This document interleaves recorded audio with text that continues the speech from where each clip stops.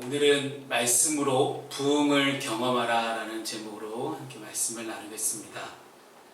지금 시대는 마음만 먹으면 얼마든지 말씀도 들을 수 있고 찬양도 들을 수 있는 그런 시대가 되었습니다. 많은 기독교 방송들이 있고요. 그 기독교 방송뿐만 아니라 유튜브만 열어도 언제든지 우리는 말씀을 들을 수 있고 찬양도 들을 수 있고, 예전에는 다른 교회 목사님 말씀 듣기가 힘들었거든요. 기껏해야 그 교회에서 만든 담임 목사님 설교 테이프 아니면 설교 CD 이런 것들을 교회 로비에 놓고 가져가서 전도용으로 사용하게 하거나 그런 방법들이 있었는데요. 요즘은 그냥 유튜브 링크 하나 딱 보내놓으면 끝입니다. 정말로 편한 시대가 됐습니다. 그래서 이러한 신앙의 편리함들이 우리의 신앙생활의 패턴도 많이 바꿔놓았습니다. 그런데 이러한 풍족한 말씀의 홍수 시대를 살아가는 것이, 말씀은 넘쳐나지만 말씀이 넘쳐나는 것이 우리 성도들의 신앙의 수준을 결정하지는 않습니다. 말씀이 넘쳐나고는 있지만 오히려 반대로 우리 한국교회의 기독교 숫자는 점점 줄어들고 있습니다. 왜 그럴까요? 말씀은 넘쳐나는데 기독교 인구가 점점 줄어들고 있다는 것은 말씀대로 살지 않는다는 반증이 됩니다. 그래서 말씀의 홍수 시대에도 누군가는 말씀에 목마른 사람이 있는가 하면, 말씀의 흉년에도, 말씀이 없는 시대에도 적은 말씀으로도 배부름을 얻은 그런 사람들이 있습니다.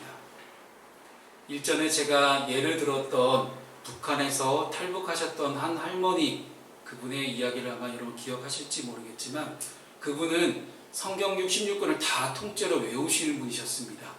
어렸을 때 북한 땅에서 성경을 들고 온 선교사를 처음 만나시고 그분을 통해서 기독교를 개종하신 이후에 성경 말씀을 가지고 있는데, 공산당이 성경 말씀을 갖고 있는 모든 사람을 다 잡아다가 죽이기 시작하니 성경책을 없애야 되는데 이거를 그냥 없앨 수는 없으니 통째로 다 외워버리신 겁니다.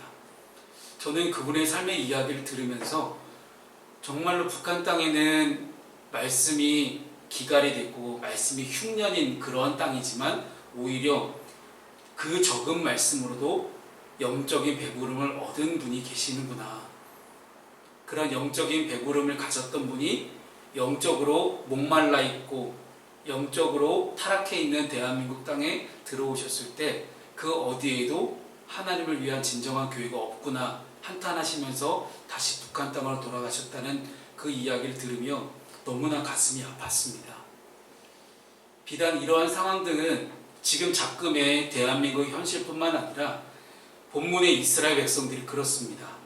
상황만 놓고 보면 이들은 멸망한 나라의 자손들입니다. 그리고 포로로 끌려갔다가 돌아온 지 얼마 안 된 귀한 민들입니다. 좌절하거나 포기할 수 있는 환경 속에서 이들이 선택했던 방법은 말씀을 더욱 간절히 사모하는 것이었습니다. 그러자 하나님께서는 재건된 예루살렘 성전과 예루살렘 성벽을 중심으로 이스라엘 백성들에게 정말 엄청난 놀라운 영적인 부흥을 허락하셨습니다. 그리고 그 시작은 하나님이 예비하신 학사, 즉 서기관이었던 제사장 에스라를 통해 모세의 율법을 이른 아침 시간부터 낮까지 가만히 앉아서 말씀을 듣는 시간부터 시작이 됩니다. 오늘 본문의 말씀을 통해서 우리 사랑하는 푸른숲교회 모든 성도들이 외적으로도 그리고 내적으로도 하나님께서 허락하시는 놀라운 영적인 부흥을 만끽하고 누리고 경험하시는 저와 여러분 되시기를 주님의 이름으로 축복합니다. 아멘.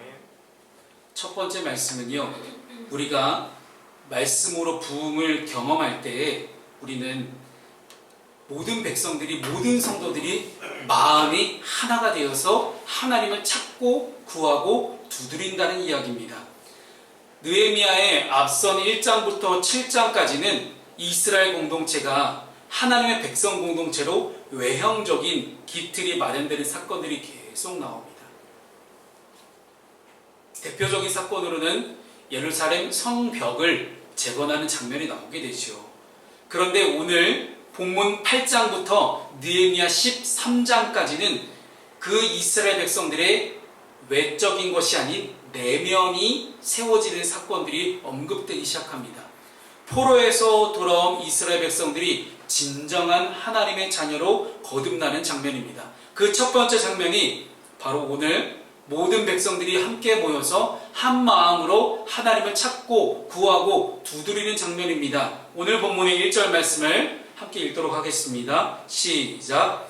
이스라엘 자손이 자기들의 성읍에 거주하였더니 일곱째 달에 이르러 모든 백성이 일제히 수문 앞 광장에 모여 학사 에스라에게 여호와께서 이스라엘에게 명령하신 모세의 율법책을 가져오기를 청하매. 아멘.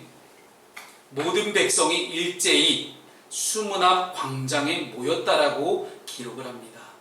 여기서 일제히라는 이 부사가 히브리어로는 이제 케이시 에하드라는 그런 단어를 씁니다. 근데 이 케이시 에하드라는 이 단어가 한 사람 같이라는 뜻이에요. 한 사람 같이. 즉 이스라엘에 있는 모든 사람들이, 모든 백성들이 마치 한 사람처럼 일사불란하게 움직였다라는 거예요. 왜요? 하나님이 정하신 절기를 지키기 위해서입니다. 특별히 예루살렘에 거주하는 백성들뿐만 아니라 예루살렘 말고 이스라엘 전역에 흩어져 있던 백성들까지 자발적인 마음으로 함께 모이기 시작합니다. 이 백성들의 모임은 성별이나 나이에 따른 혹은 구별이나 차별이 없었습니다. 하나님의 말씀을 들을 때 그 말씀을 이해할 수 있는 사람들만의 모임이 아니었다라는 거예요. 그 어느 누구나 어떤 사람도 어떤 조건도 없이 누구나 이스라엘 백성이라면 다 같이 모여서 말씀을 들을 기회가 있었던 것입니다. 모든 백성이 이렇게 한 마음이 될 수 있었던 까닭은 무엇이었을까요? 우리가 1장에서 7장까지 살펴보았듯이 예루살렘 성벽을 재건하는 그 과정, 마치 우리 성도들도 똑같습니다. 어느 공동체든지 공통된 하나의 임무를 가지고 함께 그 임무를 해결해 나가다 보면 우리가 서로 마음이 통하게 되고 함께 서로를 보듬어 안아주고 함께 일들을 해나갈 수 있는 그런 공동체 의식이 생겨나기 시작합니다. 본문의 이스라엘 백성들이 그러지 않았을까 생각합니다. 온갖 동서남북의 산발락과 도비아를 비롯한 수많은 대적들의 방해에도 불구하고 이들은 멋지게 예루살렘 성벽을 재건해냈습니다. 그 과정 가운데 이들은 더욱 끈끈하게 하나로 뭉칠 수 있는 그런 계기가 되었을 것입니다. 이런 외적인 부흥은 함께 이렇게 이뤄냈지만 내적인 부흥은 그들의 마음이 자발적으로 하나님을 찾는 것에서부터 시작합니다. 느헤미야의 리더십이 그들을 하나로 다 모인 게 또 아니었습니다. 느헤미야의 많은 참모들이 성벽 재건 이후에 이 사람들을 마음을 움직여서 함께 모아보자 라고 했던 것도 아니었습니다. 오직 하나님이 유다 백성들의 마음을 움직이신 겁니다. 하나님이 마음을 만지시자 너나 할 것 없이 이 모든 사람들이 한 마음과 한 뜻이 되어서 하나같이 하나님께 나오게 되었다는 것입니다. 2절에서 언급된 일곱째 달 초하루, 일곱째 달의 첫 번째 날은 유대의 달력으로 봤을 때 나팔절입니다. 이 나팔절이라는 유대의 절기는 구약의 율법에 따라서 이날만큼은 노동을 금지하고 쉬면서 나팔을 불고 하나님을 찬송하고 하나님의 승리를 기념하는 그런 거룩한 날로 규정하고 있습니다. 그래서 이 나팔절에는 수송아지 한 마리와 순양 한 마리, 그리고 1년 되고 흠없는 순양 7을 여호와 하나님께 향기로운 번제로 드리도록 명시하고 있습니다. 참 우리에게는 익숙하지 않은 그런 절기입니다만은 지금도 이스라엘 땅에 있는 이 유대 사람들은 이스라엘 사람들 지금도 이 나팔절을 기념하고 있습니다. 그래서 이스라엘에 계시는 저희 선배님 한 분이 이제 그런 장면들을 보시고 오셔서 자세하게 설명해 주셨는데 정말 긴 나팔이에요. 그리고 양각 나팔도 있어요. 그 수많은 나팔들 다 백성들이 다 갖고 나서 뿌 부는 거예요. 근데 이걸 왜 불까요? 보통 여러분 나팔을 분다는 것은 언제 붑니까? 전쟁에서 승리하고 돌아왔을 때 개선장군을 맞으면서 승리를 함께 기뻐하고 기념하는 거예요. 즉 하나님께서 이스라엘이라는 나라를 세우시고 모든 대적으로부터 승리하게 하셨다라는 것들을 기념하기 위해서 이 나팔절이라는 절기를 그들은 지키고 있습니다. 바쁜 성벽 공사를 마치고 하던 모든 일을 다 멈추고 지금 이 사람들이 하나님의 승리를 기념한 나팔절에 함께 모였다라는 거예요. 그리고 모두 모여서 가만히 앉아서 하나님의 말씀을 이른 아침부터 귀로 듣기 시작합니다. 그 모든 시간들 속에 이들의 내면은 말씀을 듣는 가운데, 율법을 듣는 가운데 하나님의 백성으로 성장하고 온전히 내면의 정체성이 회복되었을 것입니다. 사랑하는 여러분, 우리가 주일날 이 아침에 모여서 함께 예배하는 까닭은 무엇일까요? 하나님의 말씀을 함께 나누고 이 한 시간을 하나님께 구별을 드리기 위함입니다. 나팔절에 이 많은 이스라엘 사람들이 하나님을 찬양하고 하나님의 승리를 기념하고 우리를 모든 대적으로부터 구원하셨던 그 하나님의 놀라운 권세와 능력을 함께 기뻐하고 찬양하며 함께 다 같이 축하하는 그 자리였어요. 저는 이 작금의 현실 가운데 우리에게 주는 예배의 중요한 교훈이 이것이 아닐까 생각합니다.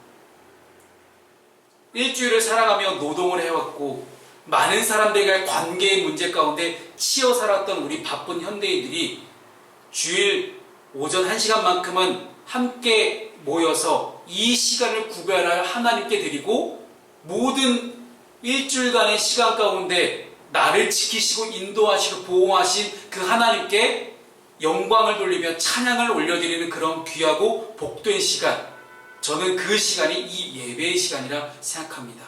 그래서 우리는 절대로 예배를 빠져서는 안 됩니다.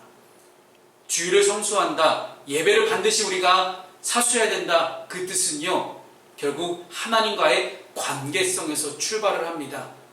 우리 안에 영적인 부흥이 임하기 위해서는 이 영적인 하나님과의 관계 속에서 하나님을 어떻게든 찾고 구하고 두드려서 하나님과 변함없는 끈끈한 관계를 계속해서 유지해 나가려는 우리의 인간적인 노력에서부터 시작을 합니다. 그렇게 우리의 마음이 자발적으로 함께 나와서 하나님을 찾을 수 있는 그러한 우리 모든 푸른숲의 성도들이 다 되시기를 주님의 이름으로 축복합니다. 말씀으로 부흥을 경험하기 위해서 두 번째는요, 우리가 하나님께서 우리에게 주신 말씀을 사모할 수 있어야 됩니다. 자발적으로 본 이스라엘 백성들이 학사 에스라에게 율법책을 가지고 와서 읽어달라는 요청을 합니다. 3절 말씀을 함께 읽습니다. 시작. 수문 앞 광장에서 새벽부터 정오까지 남자나 여자나 알아들을 만한 모든 사람 앞에서 읽음에 모든 백성이 그 율법책에 귀를 기울였는데, 아멘. 새벽부터 정오까지라고 하면 성경학자들은 대충 이 시간을 6시간 정도로 추론합니다. 자, 여러분, 제가 그래서 오늘 설교를 6시간을 하겠습니다.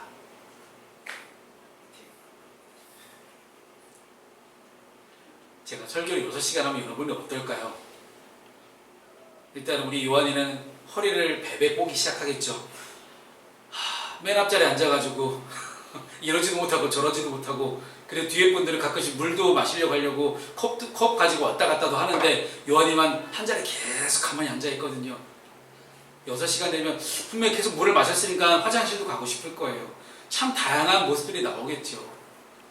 너무 신기하지 않습니까? 그 6시간을 이스라엘 백성들이 꼬박 앉아가지고 에스라를 통해서 선포되어지는 그 하나님의 율법을 계속 듣고 앉아 있었다라는 거예요. NIV 영어 성경은요, 이 본문의 3절 말씀을 해석하면서 영어 성경은 이렇게 해석합니다. 모든 백성들이 의도적으로 그 율법책에 집중하였다라고 번역을 하고 있고요. 히브리어로 읽어보게 되면 원어에는 이렇게 되어 있습니다. 약간 조금 비유적인 표현인데 히브리 말에 좀 그렇게 써있긴 합니다만은 모든 백성의 귀가 율법책 위에 있었다 라고 묘사합니다. 참 대단한 표현력들이에요, 이 유대 사람들은. 다른 사람의 이야기를 집중해서 귀를 쫑긋하고 6분 이상 귀 기울여서 듣는 것도 우리는 굉장히 힘듭니다. 그런데 장장 6시간 동안 한 사람도 흐트러짐 없이 에스라가 낭독한 율법에 다 귀를 쫑긋하고 집중해서 들었다는 것, 너무 놀랍지 않습니까? 근데 이때 진짜 놀라운 일들이 일어나기 시작해요. 그 다음에 9절 말씀을 보니까요, 이렇게 이야기해요. 백성이 율법의 말씀을 듣고 다 우는지라. 저는 이 본문의 말씀을 묵상하면서 그렇게 생각이 됐습니다. 제가 주일날 설교할 때 한 사람도 우는 사람이 없으니 내가 설교를 잘 못하는구나. 야, 이렇게 수많은 사람들이 다 울고 있는데 그냥 6시간 동안 말씀 율법 읽기만 했는데 울고 있어요. 야, 나는 그걸 얼마나 설교를 못하는 거야. 여기서 울다라는 표현을 보면요, 히브리어로 현재 분사 형태로 되어 있어요. 히브리어가 현재 분사형인데, 현재 분사형이라면 한 번 울기 시작한 그 울음이 멈추지 않고 계속 울었다라는 거예요. 율법이 내 귀에 들려지기 시작하자 그 하나님이 느껴지기 시작하고, 율법을 통해서 이스라엘 백성들이 인도하신 그 하나님을 만나기 시작하자 이 사람들이 그것에 때문에 감격하여서 울기 시작하는데, 그 울음이 멈추지 않고 6시간 동안 계속됐다라는 거예요. 모든 백성이 간절히 하나님께 가슴을 치면서 눈물로 기도하게 된 겁니다. 사랑하는 여러분, 이렇게 하나님의 말씀은 내 죄악을 도려내는 우리의 영혼의 메스라고도 할 수 있습니다. 유명한 말씀이 있죠. 히브리서 4장 12절 말씀입니다. 꼭 여러분들이 외웠으면 하는 그런 중요한 말씀인데요. 함께 우리 읽어보겠습니다. 시작. 하나님의 말씀은 살아있고 활력이 있어 좌우의 날선 어떤 검보다도 예리하여 혼과 영과 및 관절과 골수를 찔러 쪼개기까지 하며 또 마음의 생각과 뜻을 판단하나니. 아멘. 사랑하는 여러분, 오늘 이 시간부터라도 하나님의 말씀을 우리가 사모할 수 있기를 소망합니다. 매일매일 제가 보내드리는 이 카카오톡 말씀 묵상 말씀을 통해서도 여러분 말씀을 읽을 수 있고 경험할 수 있고 묵상할 수 있습니다. 저는 단언컨대 우리의 삶이 정말 풍요롭고 하나님이 예비하신 하나님 나라를 살아가기 위해서는 말씀이 없으면 안 된다고 생각합니다. 믿으십니까? 그렇다면 그 말씀을 여러분 목숨처럼 생각하고 붙들 수 있기를 소망합니다. 늘 하나님의 말씀에 귀를 기울이고 그 말씀에 내 삶을 비추어 보아서 내가 내 인생을 어떻게 살아가야 될지 정할 수 있는 그런 내 인생이 될 수 있기를 바랍니다. 방송에 김창옥 씨라고 아시죠? 네, 김창옥 씨가 나와서 이제 강연을 많이 하시는데, 사실 그분이 저처럼 이제 대학교 강단에서 채플 과목을 하시던 분이셨어요. 그런데 채플 시간에 너무 재밌었던 거예요. 그래서 이제 그 이야기를 들었던 한 방송사에서 그분을 인터뷰하고 나왔더니 너무 재밌었다라는 거예요. 그래서 그때부터 그분이 방송국 강연을 다니기 시작했는데 이런 얘기를 하시더라고요.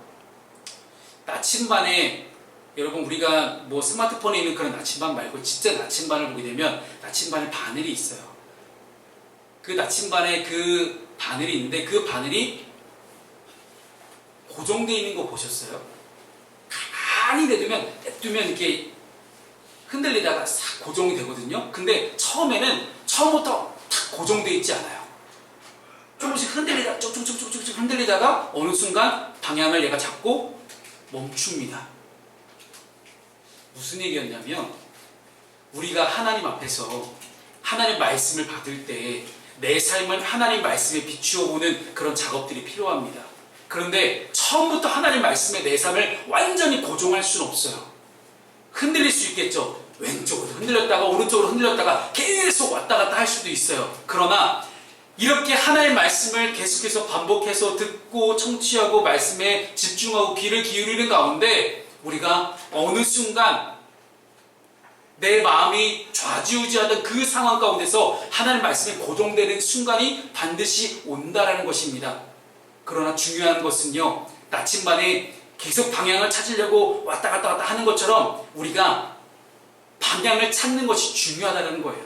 내 인생의 방향을 하나님의 말씀에 맞추려고 하는 끊임없는 발버둥, 끊임없는 노력이 우리 삶에 있을 때 어느 순간 우리는 하나님의 말씀에 내 삶을 고정하는 그 시기가 온다라는 것입니다.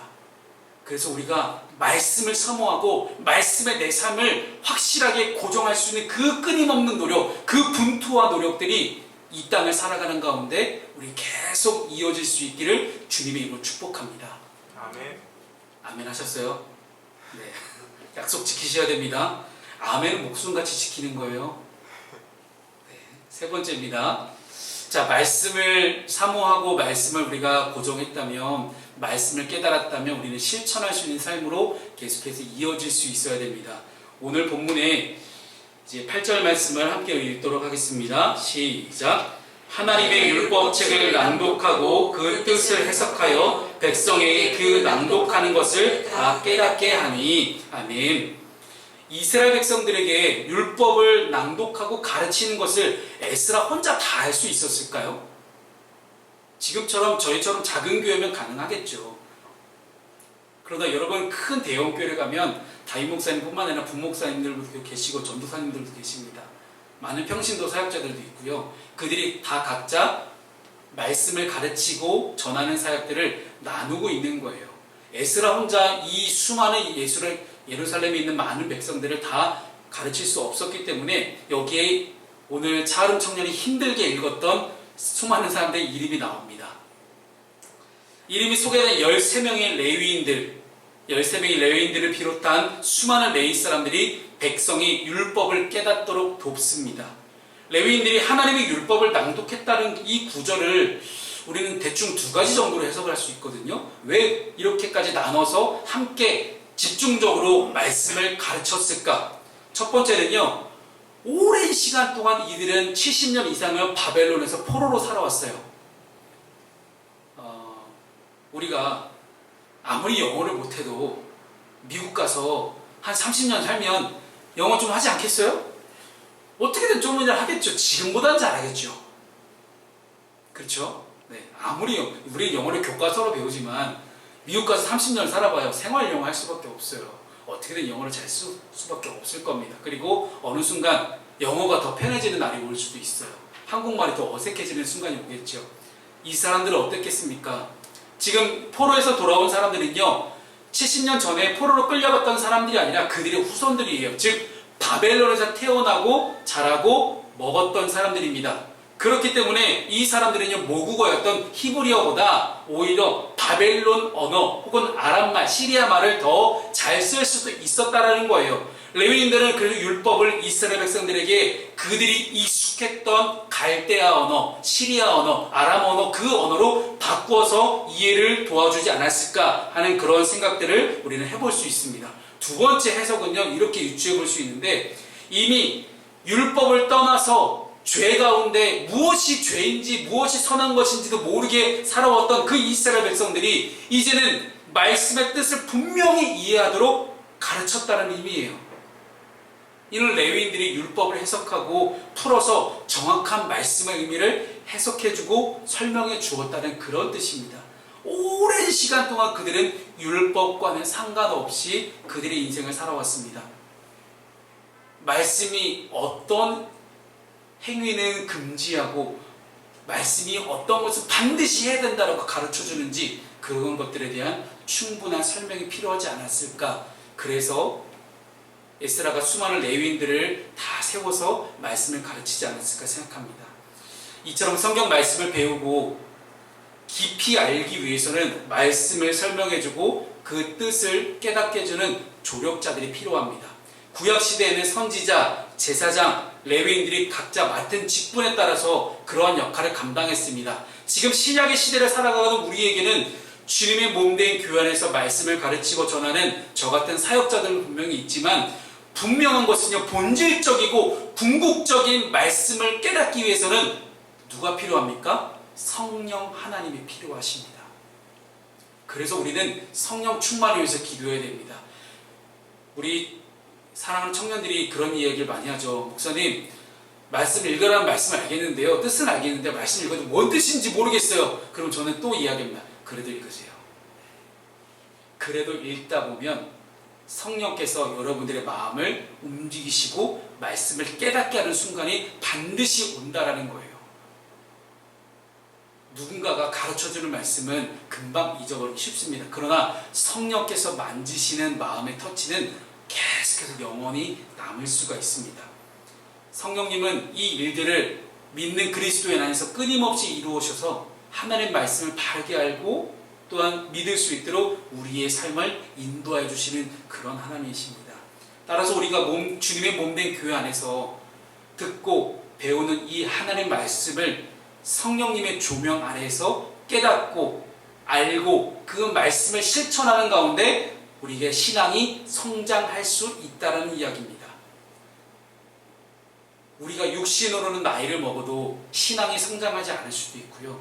육신으로는 한없이 어려도 신앙이 깊이 있게 성장할 수도 있다는 것입니다. 그것은 오직 성령 하나님을 통해서만 가능합니다.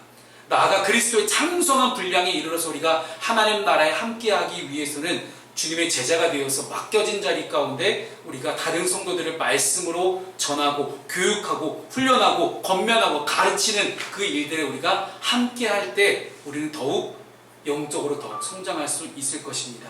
말씀을 마무리합니다.